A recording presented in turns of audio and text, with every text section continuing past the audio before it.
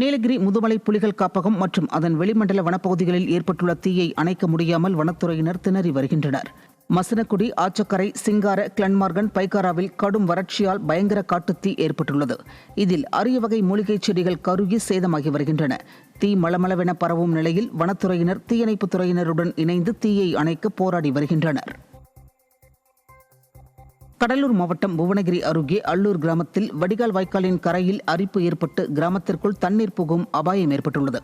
அள்ளூர் கிராமத்தில் கடந்த ஓராண்டுக்கு முன்பு வடிகால் வாய்க்காலில் வெள்ள நீர் சென்றதால் வாய்க்காலின் கரையில் மண் அரிப்பு ஏற்பட்டுள்ளது. இதனால் வாய்க்காலில் அதிக நீர். வேலூர் கோட்டை ஜலகண்டேஸ்வரர் ஆலய சித்திரை பிரம்மோற்சவத்தின் 4ஆம் நாள் விழா வெகு விமர்சையாக நடைபெற்றது. விழாவில் அகிலாண்டேஸ்வரி அம்மன் சமேதராக ஜலகண்டேஸ்வரர் நாக வாகனத்தில் மங்கள வாத்தியங்கள் முழங்க பஞ்சமூர்த்திகளுடன் வீதி உலா வந்து பக்தர்களுக்கு அருள் அளித்தார். முன்னதாக சுவாமிக்கும் அம்பாளுக்கும் சிறப்பு அபிஷேக அலங்காரங்கள் செய்யப்பெற்று மகா தீபாரதனை நடைபெற்றது. விழாவில் திரளான பக்தர்கள் பங்கேற்று சுவாமி தரிசனம் செய்து வழிபட்டனர்.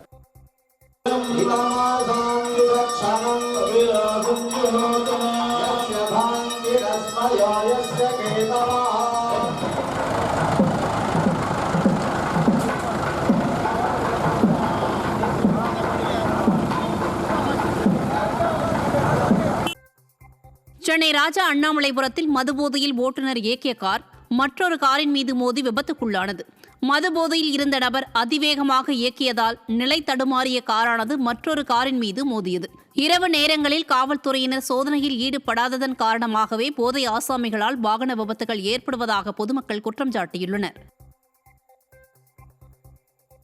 சென்னையில் வெயிலின் தாக்கம் நாளுக்கு நாள் அதிகரித்து வருவதால் பொதுமக்கள் கடும் அவதியடைந்து வருகின்றனர். காலை 9 மணி முதலே வெப்பத்தின் தாக்கம் காணப்படும் நிலையில் நேரம் செல்ல செல்ல அதிகரிக்கிறது. மதியம் 12 மணி முதல் 2 மணி வரை வெளியில் செல்லவே முடியாத நிலை உள்ளது.